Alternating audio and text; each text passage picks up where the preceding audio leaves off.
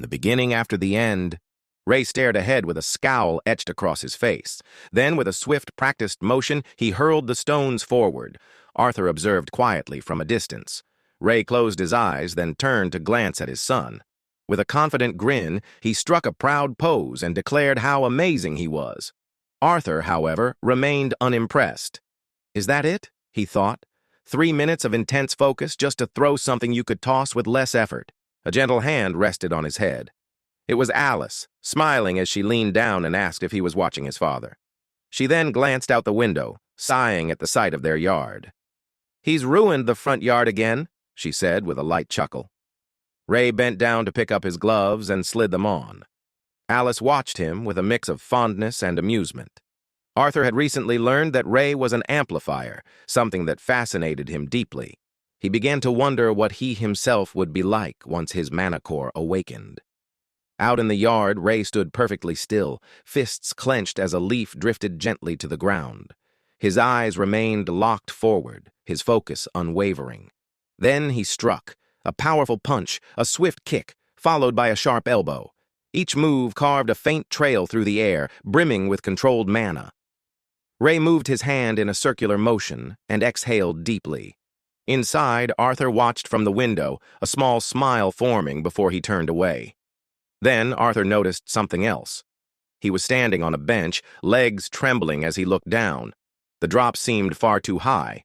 Fear twisted in his stomach. He slowly began to lower one leg, unsure of himself. Alice noticed him. Her eyes, half closed with tiredness, still caught the sight of her son. She walked over, scooped him up, kissed his forehead, and laughed softly. "Looks like someone needs a nap." Arthur pointed toward the study, asking if he could read the books instead. Alice smiled but shook her head gently. "Not now. Time to rest. Maybe later," she promised. Arthur sighed, clearly dissatisfied. He gently pushed away with his small hands, hope still lingering in his expression. With wide, pleading eyes, he asked again. Alice closed her eyes, struggling to resist. The charm in his face melted her resistance. Sighing in defeat, she picked him up in her arms. Her face tightened briefly with hesitation, then softened. "Okay, just for a little while." As she walked toward the study, Alice quietly questioned herself. "Am I being too soft? Boys his age were supposed to be playing, not reading all day. Maybe it's time we made a nursery for him." Arthur walked into the study, reassuring himself. "This isn't shameful. A great warrior uses every tool he has." He sat cross-legged on the floor, book in hand. Alice watched from the doorway, a smile still on her face. Then a loud noise shook the air. Alice stepped away, muttering under her breath, "Ray better not have chopped down another tree." Arthur's gaze followed her. To him, this was his greatest achievement, beyond any facts he had learned. Sitting in a meditative pose, he was forming his mana core. The small boy sat quietly before an open book. Over the last 2 years, he had worked to gather tens of thousands of tiny mana particles. A soft glow began to form near his solar plexus. His eyes remained shut. He finally understood why natural core formation usually took until adolescence. His lips tightened with focus, watching as the fragments slowly moved inward. Above the house, the sky was a brilliant blue. Arthur, deep in meditation, reflected on how taxing this was on his mind and body. The book lay beside him, forgotten. He stuck out his tongue in pure focus. These 2 years weren't wasted, he thought. The light inside him glowed brighter. He was almost finished. Outside, Ray stood holding a broken tree. Alice approached and handed him a glass of water with a warm smile. Birds circled overhead in the calm sky. Arthur, back inside, felt it. Only one final piece remained. The last of the mana fragments shimmered inside him. Suddenly, a thunderous explosion roared from behind Alice.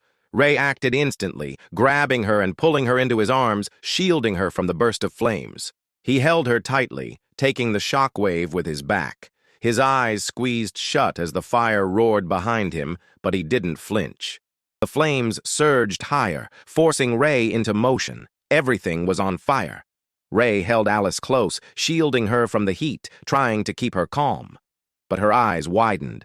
She turned back toward the house. "Arthur," she whispered, voice shaking. She broke free from Ray's arms and screamed, "Arthur's still inside!" Ray froze. Panic gripped his chest. Gritting his teeth, he bolted toward the wreckage. Shoving debris aside, he forced his way in. Smoke burned his eyes, but he pushed forward. Then, he stopped. His eyes widened. His breath caught. He dropped to his knees. Even his lips trembled. Tears streamed down his face. Alice ran in behind him, frantic. "What happened?" she cried. Ray stared forward, stunned. This has to be a joke." And then they saw him.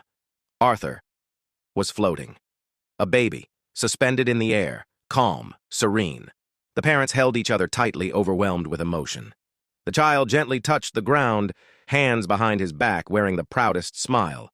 He felt incredible, tiny fists clenched in excitement. So this is what it's like to have a monocore, he thought. He spread his arms wide. Everything looked different. Even the trees seemed taller. He raised his shoulders and smiled, as if proud of the chaos around him. But soon, confusion crept in. Arthur glanced around at the ruins of their home. "Did someone attack us?" he asked. "Who dares destroy the king's house?" Time passed. In a quiet room, Arthur lay on his bed. So much had changed in just 1 year. Beyond rebuilding the house, he had started learning, reading, writing, studying Manhwa. Alice became his first teacher. She showed him books, explained letters and sounds. Together, they explored mana control and its growth. Ray handled the physical training. At first, Arthur's small body made sparring impossible, but they still trained. Sit-ups, push-ups, strength building. It wasn't easy, but he endured it. And for his 3rd birthday, Ray gave him a wooden sword, his very first. That day, Arthur was reading when Ray barged in, cheerful and loud. "It's training time. I brought your sword." Papers flew everywhere. Arthur followed him outside. They faced each other in the yard. Ray raised his stick. "Remember what I taught you," he said. "Breathe with your mana. Treat your core like another organ, just like your heart or lungs." Arthur blinked. How is any 4-year-old supposed to understand this? Still, he got ready, took a stance, focused, and then he charged. His sword slammed into Ray's stick again and again. Ray blocked every hit with a grin. "I believe in you, son. You've got this."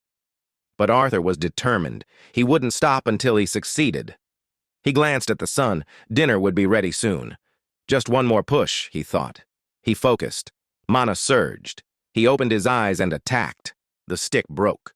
Ray stared, stunned. He hadn't expected that. Arthur crouched down, breathing hard. "Can I go study now?" Ray, still wide-eyed, nodded. "Yeah, go ahead." Later, in the quiet of his room, Arthur sat in a lotus position. He visualized a man building power in his heart. In this world, strength was measured by core color. It began black, impure, mixed with blood and flaws. But with time, it purified. Black, red, orange, yellow, silver, white. Each color had 3 levels: dark, solid, and light. The lighter the shade, the greater the mana. His thoughts were deep, but then a loud voice broke the silence. He frowned. Dinner again? At the table, a plate of food and a glass of water waited. Alice was cheerful. Ray was eating, too. But Arthur? He stabbed his meat with a fork, visibly annoyed. All he wanted was peace, quiet, time to study. Ray noticed, and after a moment, he spoke. "Maybe it's time," he said. "Maybe." You're ready for a real mentor, marking the end of Chapter 5.